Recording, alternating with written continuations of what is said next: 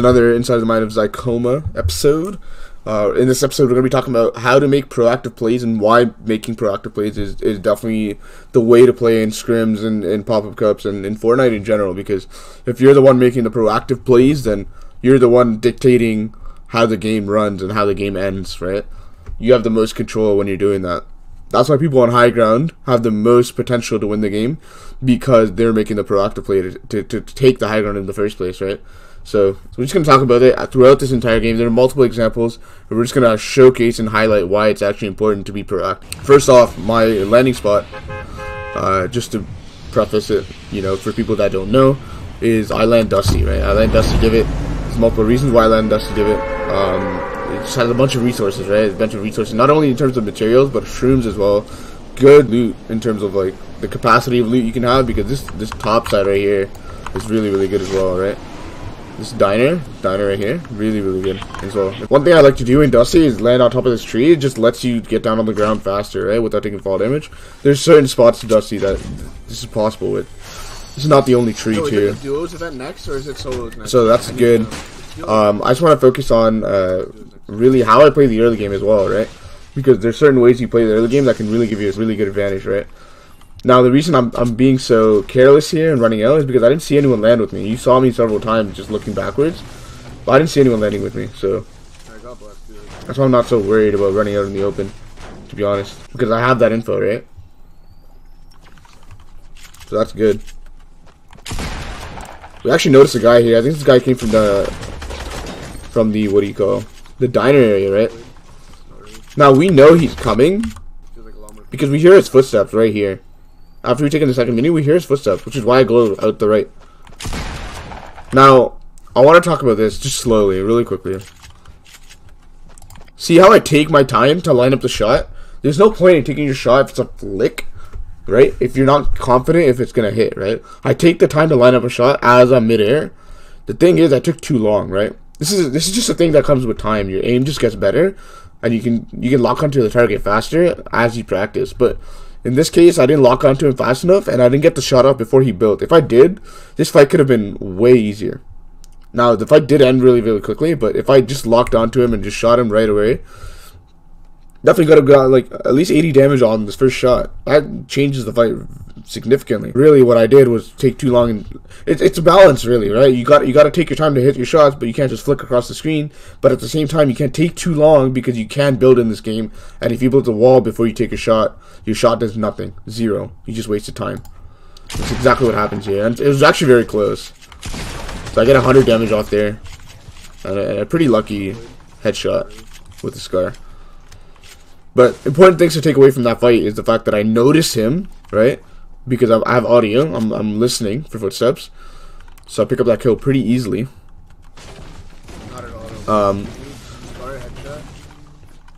But also, like, there's a sort of psychology with, like, pressing W on your opponents can be good if they're sort of like, you know, not expecting it, right? People like to play passive and pop up and scrims in general, more so scrims, right? It's more of a scrim example with that. But people just like playing passive, so when you W key them, they don't expect it, which is why it's so successful sometimes, right? That's why Zextra is really good. Now we hear this guy too, right? Audio cues. We try to get a pump off there while on his back, right? Notice how we're shooting at him at different angles where he's not looking at us. Also notice this. This is a very important mechanic that people don't realize. People don't realize this mechanic, right? Some people know about it. Quite a few people know about it, honestly, but it's nothing crazy. Just so I realized it here, right? Notice how I have the circle. I have the circle here, right? You see the circle? The one where you get, like, you know, if you hit it, you get extra damage on trees or whatever. I have the circle, right? He places the cone above him, right? Even though he places the cone, I know if I hit the circle, I'm still hitting the floor and not the cone, right? So that's why I still continue to hit the circle and take control of the floor first, and then worry about the cone, right? Because I know for a fact he won't be expecting me to be hitting the floor. That just doesn't seem, you know, it doesn't make sense. Just the way the game is, though, you know? The way the game works is that if you have a circle and something covering it, you know, you can still hit the circle and break that material. So that's what I do here, right? I realize that situation very quickly, too. And I replace the floor and then replace the cone quickly. Now, he made a good play and just edited it out. And now he's up top, right? Now this, you could argue this is actually a bad situation for me. Pretty bad. I'm kind of confused on what to do. Now, notice how I think for a little bit. I don't just go with my gut instinct right away, because sometimes your gut instinct is not the correct play, because you think very, very quickly, right? What I would say is that, you go back a little bit so I can talk about it. You could see him right here, right? We have info. We have info on this. You have vision of him right here. This is his metal, isn't it? He just built this, I believe. But anyways, even if this isn't his, what he did, we saw him before run out the door. He's going to build up top, and then he's going to be posted up here, right? He's going to be sitting up here. Because it's roof, it's high ground, he's just going to be established post up here, right? We know that. That's why I literally built a floor, and then I built a ramp to cover it, right? I covered this wall right here. The point is, if I build and break the roof right here, he's gonna have an easy shot on me. If I start breaking right here, he's gonna have an easy shot on me. That's why I start thinking, I'm like, oh shit, like it's not gonna work out if I do this. So I go further away, right? So I can take high ground from here. He can't see me. It's just easier to take high ground. Now he doesn't have a shot on me. Just the angle is different, right? Now I take high ground. Now this is kind of weird. We actually see him for a slight split second. We saw him through the wood for a split second. But the thing is, during the game, I didn't take note of that. Which is why I'm so confused as I drop down. But also my player model was blocking his character, which is kind of unfortunate. That too. Holy hell. My player model was just blocking. But something to note, right? He's kind of playing passive. It kind of makes you wonder, like, why is he playing so passive? He should be, you know, he's got 2 hits on me. Why did he just drop down and leave? He didn't fall accidentally. He dropped down. So that means one of 2 things, right? Him dropping down, even not accidentally. I saw him purposely leave. Him dropping down means one of 2 things. Number 1, he's out of mats, right? You can sort of read your opponent's body language and understand what he's up to, or what sort of materials he has, what his HP has. You know, number 2, it could mean he's low HP, right? From some other fight he took, or just in general. Now, when you're fighting someone, either one of these 2 options is a good thing, right? Because I still have 100 mats, right? So if I drop down and take a 50-50, it's not really a 50-50 because I have this, and I have a huge advantage, right? If he has low mats, I still have 100 mats to fight him with. If he doesn't have HP, I still beat him in a 50-50 because of this, unless he just hits me for 200 in the head. Because then even a body shot from your end can still kill them. So you can quickly flick on them with the body shot while they have to line up their headshot if they really want to kill you. Honestly, that fight, I saw his body language. I understood why he's trying to drop down, right? We don't know the exact reason, right? We don't know if he's low HP or if he's, you know, out of mats. But we know either one of those is going to help us win the fight. It could honestly be a combination of both too. Who knows? But the point is, we know we have an advantage because we can see, hey, we have X amount of mats, we have X amount of HP, right? We know what our HP and mats are, but making assumptions on there based on their body language can really, really help. Instead of just sitting up there on the build and doing nothing and waiting for him to make a play, we made the proactive play because we understood we had an advantage, right? When you have an advantage, if you don't make the proactive play, you throw away your advantage. That's why when you laser someone, you W key them, because you don't want them to get their minis off. Or if you knock someone in duos, you don't want them, you know, to get the res off. You don't want to lose your advantage, so you push them. You hard push them. Whenever you see white on a person, you hard push them. It all comes down to proactiveness. It's all the same thing, right? So I'm just picking up mushrooms here, obviously. Notice something. Let's see how much HP we have before we start picking up mushrooms. We have 73. Some people would actually take the 50 pot. I question this. We're in an area where we have mushrooms. I really don't understand why we would take a 50 pot, right? It doesn't make sense. It's just not a good play. Because if you don't have extra shields on your inventory, it doesn't make sense, right, for you to win the end game. Like, you're in a bad position then, right? The end game is very packed, right? The likelihood of you getting air shot or shotgun or sniped is actually pretty high, right? Unless you just turtle and tarp everywhere you go, right? But sometimes you have to take a risk and go for a free rotation. You're not building. You can get AR'd, right? If you don't have extra shields, GG right there. Like, you're going to be in a very, very bad position, right? So I take the zipline. My plan is to go take the plane. The reason why I actually turn around here, okay, we're going to go back and explain this. Because I saw something, right? I got info. And using that info, there's a plane right here. Just over the horizon. You can barely see it, right? You can barely see it. Just right here. Using this info, right, and I think I see someone jump out too, right? I realize he's going here to probably either get the loot in the plane base or to find a new plane, right? I'm avoiding conflict here, which is why I don't take the zip line up and meet him there, right? I don't want to do that because I'm not looking for a fight right now. I have 2 kills. I can find the 3rd in the end game, right? There's no rush for it. I can find it later. And I have this, right? This item alone just means I want to play for the end game, right? Especially with a high point lobby. If this was like a 0 point lobby, I'll just be WQing everyone, right? Because I'm just confident in my own skill. But this, I have to kind of respect opponents and understand that a fight is actually going to take a lot longer, right? People know how to turtle, people know how to build fight, and then things like that, right? So I decide not to take this fight. I jump down off the zip line and avoid the plane base altogether. So I just walk to zone, right? Now I could play Dusty, but the point is, let me open up the map again real quick. The reason why I don't want to turtle here, right? Number one is because if I want to rotate out, I'm going to have to rotate up a hill to get out of the crater, right? All around the crater on the perimeter, you have to go up a hill, right? If you're going up a hill, you're really exposed, even from people below, right? And from this hill right here, people shooting down on you if you're rotating out is super risky.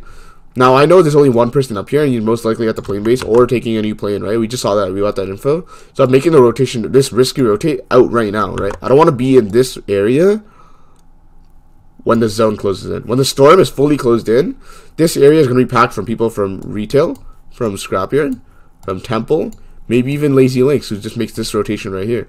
4 different POIs. That's literally maybe 4, 5, 6 people right here. That's going to be all locked in this area right here. I try to avoid this, right? I could turtle here, but instead I move out and look towards the middle of the map, right? The middle of the map is good. Middle of the circle, rather. Not the middle of the map. That's a little inaccurate. The middle of the circle is good because the next circle, right, is you have less chance of it being extremely far away from you, right? Because if you turtle here, right, if you turtle right here, there's a chance the circle's right here, right? But if you turtle in the middle, that's a small distance you got to move, man. And even if the circle's over here, small distance you got to move, right? Now you could get lucky here, right? You could get lucky, and the circle ends up here. But there is a risk that the circle ends up here, right? And that's a long distance you got to move. I don't want to waste that match, right? But if you just turtle in towards the center of the circle, any circle that shows up, right, you're most likely going to be pretty close to it at the worst, right? That's the reason why I try to move in towards the center a little bit and try to turtle somewhere in this area, right? Somewhere along here, right? That's my thinking process. Yeah. This is season 7, dude. Feels bad. Unfortunate. But anyways, now I go up the hill a little bit, right? To try to avoid focus. Because number one, guess what? Me being up the side of the hill, 2 things, right? If the zone's up here, we don't know where the zone would be, right? Zone up here, I can just easily move up the hill. It's short distance, right? I'm not being contested. Zone's down here, easily get down from the hill, right? Being on the side of the hill in the middle, in terms of elevation, is actually really good because you have 2 good options. If you need to go up the hill, you easily can, right? It's only like 2 stairs. If you need to go down, you can easily drop down without taking fall damage, like 2 blocks of height. Turtling on the side of the hill is really good. That's number 1, right? Easy rotates, right? Turtling on the side of the hill, easy rotates. Really, really good. Honestly, I think people should do this more often. Number 2, you're not gonna be seen by a lot of people, right? You're not seen by a lot of people. And guess what? Anyone on this entire circle, entire mountain, and over here, right? No one sees you. Anyone who's in this area right here, no one sees you. Only people out here, here, and here, like even Dusty, really, right? No, the only people that can see you is this area right here, right? This sort of area right here. But the point is, like, you're covering like an entire half of like these walls will never get shot. It's not possible for them to get shot because there's a mountain, indestructible like piece of terrain, right? That's why it's good. You can just focus on this and the other wall behind me, right? You just focus on those 2 walls, right? You're essentially guaranteeing that you'll never get pinned. Highly recommend that people do this more often. It's super underrated. Right? I want to fast forward more because I'm just turtling. I noticed that I'm missing brick because of that plane encounter. This plane is absolutely aggressive. See, he didn't see me. He didn't see this turtle until he got really close. Like, that's the point of patrolling on the side of the hill. It's really, really cool. It's a nifty trick you can do with the roof. I'll explain this later. But I'm going to fast forward a little bit. And just explain what I do later, right? because I'm turtling a little bit here. So I noticed something, right? This is what I'm missing. Really, it's all I need. I could use a kill to max out my HP, but that can come later. I don't have to worry about that right now. I need this brick refreshed. And I could go more center towards the circle, right? But I'm waiting for this, right? I don't need to move right now. I need more info. As soon as this timer ticks down, I get more info. On the next circle. That's actually really important info, right? Boom. We have next to circle. What do? I immediately move. Without hesitation. Me closing that roof is actually an underrated move. Because if I leave it open, people know it's not occupied. But once I close it, people passing by this might actually think it's occupied. So it creates a sort of like, it helps zone them away from my area, right? Leaving turtles that are completely closed are zoning people away. If you leave them open, people know there's no one inside. So I think that's important. People need to be doing that more often. So I've solved this issue, right? Not having brick. By just going around and farming the brick in the middle of the map. While also simultaneously rotating to zone. So I'm doing two things at once here.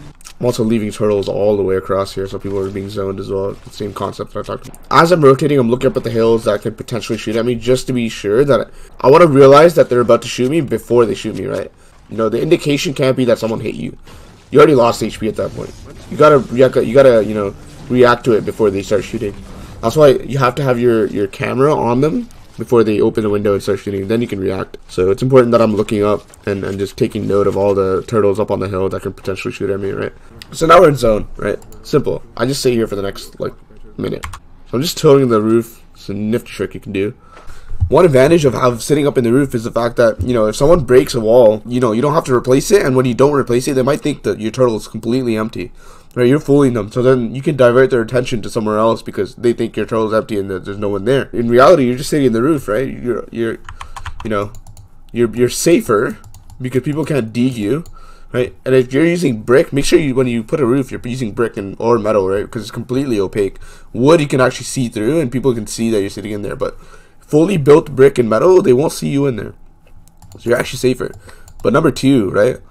Number two, it's completely see-through, right? You could actually see through your roofs entirely, so you have a lot more info. It's super important to have info in these scrim type games because you want to know where people are positioned around you, so you can plan your rotator ahead of time. So I can see this guy entirely, but if I was inside the brick here, I might not have noticed him, right?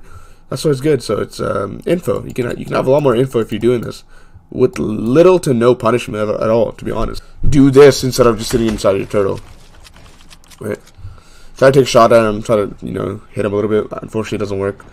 But notice how I drop down temporarily while my roof is building, right? Because it's weak right now, right? It takes like 1 or 2, 3 shots maybe.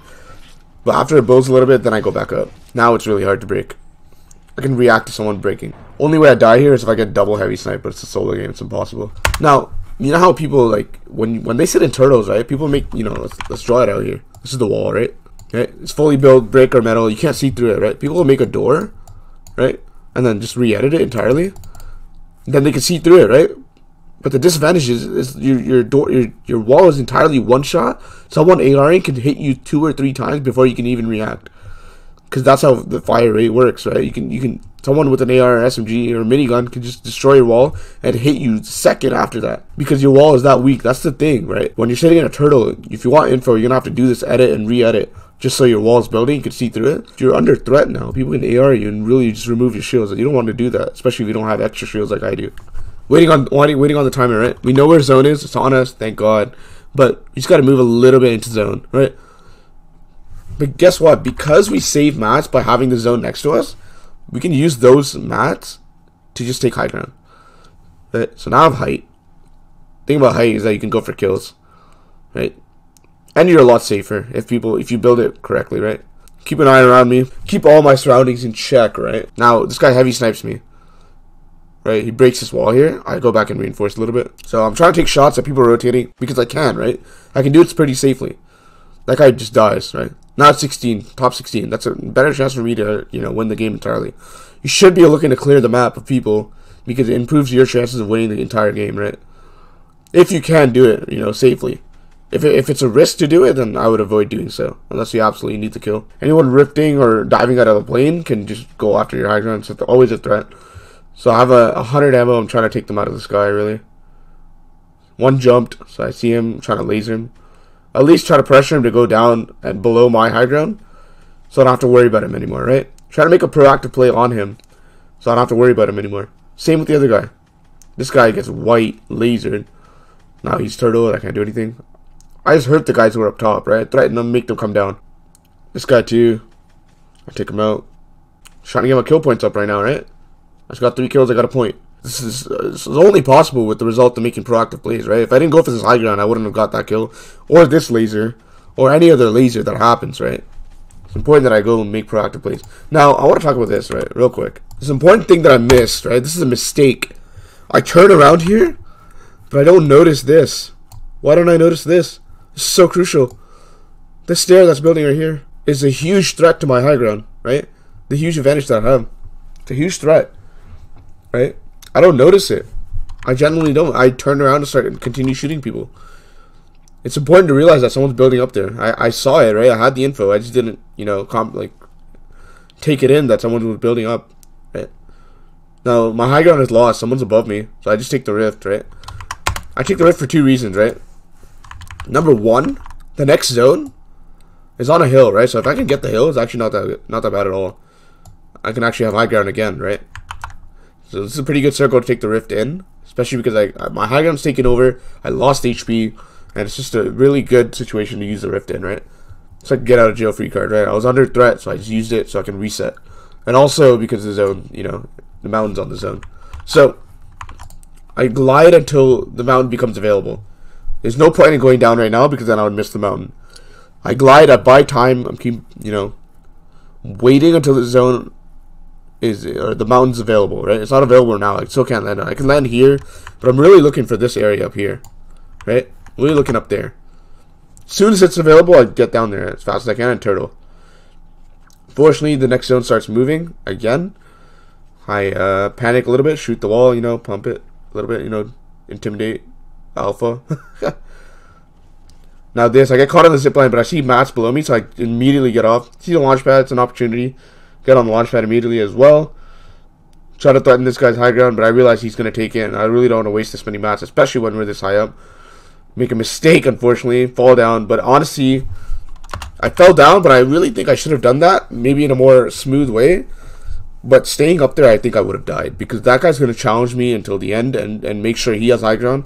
We're both going to waste mats. One of us is going to die in the end, and we're probably going to die because we're way too high with little mats, especially with the fact that you don't get mats on kill, right?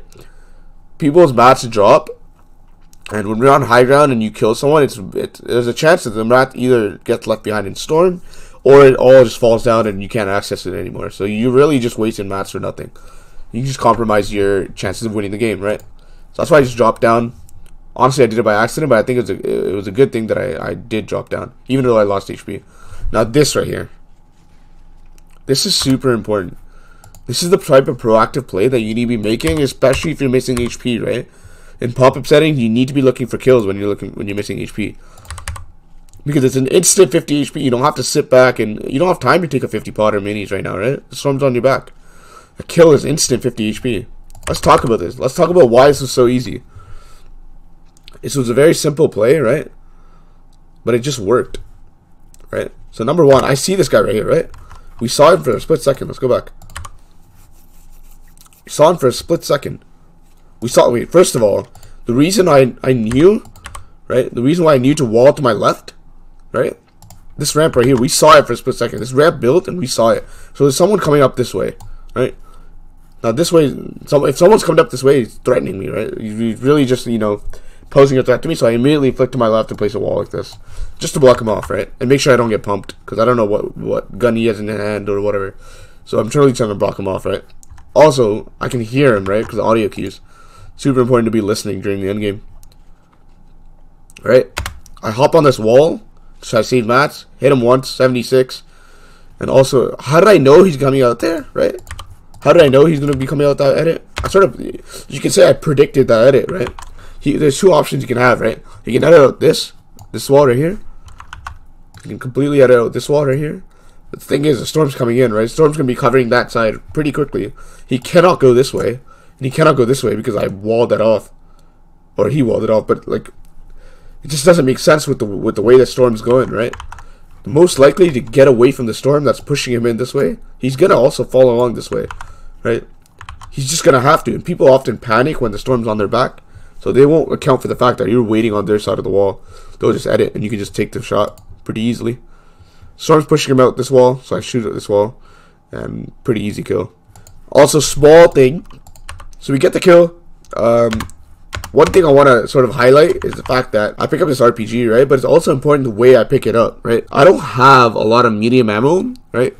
I have 11 here on this scar and 20 on this scar. I picked up the scar just now from the guy. It's important to be taking in info like this in a very hectic situation, right? That's a skill in itself. You have to be watching this number, right? You have to be watching this number to see if your max kills, and you don't really need to be going for that. You need to be watching this number, right? You need to be watching your ammo counts, right? Your mats, right? Your HP. You got to see what utility you have. If you have traps or launch pads, rift to goes, you know, whether you need to reload your guns. There's so much you have to take into account, and just keep track in your head while also rotating, shooting people, defending against people.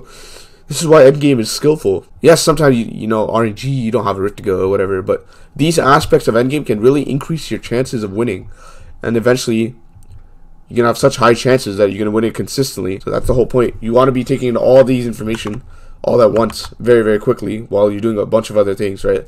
Multitasking. But the point is, I have two different guns, right? Both very low ammo, right? But guess what? I usually put my RPG here. That's just the way I have my loadout set up, right? I have an AR, SMG, or Explode, plus Pump, right? This is the way I have it ordered. So usually my muscle memory is telling me to drop this gun. But I quickly look down. You can see me right here, right? You can see me. You see my eyes looking down my bottom right. Quickly look down, notice that this has more ammo, and drop this one. I dropped this instead, right? Just to save 9 bullets. It could be the difference in the end game. Who knows? We'll actually see if it actually ends up mattering. We'll see. So I pick up the RPG. Save a little bit of ammo. See this guy, right? I notice him. Try to pump him here. Try to pick up the kill. But unfortunately, he walls himself off, and we separate. We lose each other. So that's fine. It's completely fine, because I actually established my high ground here. Try to get a kill on that guy with the RPG shot. Unfortunately, it doesn't hit, but that's fine. I keep track of the fact that I have only 2 rockets here, right? I want to be conservative with this, make sure they're meaningful. Don't want to use them with no reason. I see this guy trying to build up. Try to, you know, threaten him with the RPG. He drops down again, so I don't have to shoot. This guy seems exposed, so I shoot him. Unfortunately, he dies before my rocket actually hits. So I don't get that kill and get the 50 HP reset. So that's unfortunate, but I'm just staying up top, right? I don't need to drop down right now. There's a third-party opportunity here, because I realize, right? I look up here and realize there's only 2 people left. Why should I drop down? No one's even threatening me. Opportunity to kill this guy, get 50 HP back, right? Get 50 HP back, and we end up getting the kill. Couple things to take note of here. Number 1, the scar, 7 bullets. Before we had a scar with 11. And we had a scar with 20. A difference of 9, right? We would have lost the fight. We would have actually lost the fight if I didn't do that. Number 2, I don't like the play that I made at the end. It's not really textbook, quote unquote textbook, because I'm rushing him with a scar and a pump, you know, when I have high ground. Maybe I can, you know, take him down a little bit. But the point is, I made a proactive play, right? He's not expecting me to do that, right? If you W key someone, they're usually not expecting it if you do it quickly enough, right? And that element of surprise can mean the difference of you winning the game, right? So I drop down very quickly and pump him, right? Before he does anything. He pumps me too, but he doesn't actually get any damage off. Most likely because he's not ready, right? He messed up his weapon switches, but it's most likely because he wasn't ready for me, right? Anyways, guys, that's the game. Hopefully that helps you a little bit on why I won the end game, right? The main reason right there, right? It was proactiveness. Right, a couple examples, right? I took the high ground when I realized the zone ended up close to me. Took the high ground really, really quickly, right? Established high ground, shot people out of the sky who were threatening me, right? The rifters, the planers, made sure they couldn't drop down on me, right? Because that's a threat, right? If I just turtled up and did nothing, someone else would take high ground and they would probably win the game, right? Super important to be proactive. I took kills in the end game, right? I didn't just sit back and rotated with like silently. I looked for kills because I'm missing our HP, right? Pop-up settings. If you play proactive, it rewards you with HP gain and sometimes mat gain if you're close enough to the loot. Most importantly, HP gain in my case, but it's just super important to be looking for those opportunities and playing proactively, right? because the only way you can actually, you know, capitalize on those opportunities is playing proactively. If you're just silently rotating and not doing anything or not shooting anyone, then you're not going to get that HP back, and you're actually, you know, compromising your survivability in the end game because you're not having as, you know, the highest possible HP in the end game because you didn't look for kills, etc. But anyways, guys, that's basically it. Hopefully that helps you a little bit in how to help your pop-up games, your scrim games. The whole idea of being proactive is super nice because you're dictating what happens in the game, right? You're setting it up. You're essentially making sure things happen the way you want it, right? Because if that's the case, you can manipulate the game and that you have the advantage, right? If you manipulate the game that you have the advantage, then you're gonna have, you know, a much better chance of winning it overall. So that's what I think. You know, sort of looking for kills, going for high ground, and looking for loot in the middle game, you know, going for kills if you don't have the loot, and things of that nature is actually super beneficial. And I think I strongly encourage other people to try this out if you don't already, and just make sure that, you know, you're setting yourself up for the best position in the end game by doing so. But anyways, guys, I'm gonna end the episode here. Hopefully you guys learned some things, and yeah, man, I'll catch you guys next episode.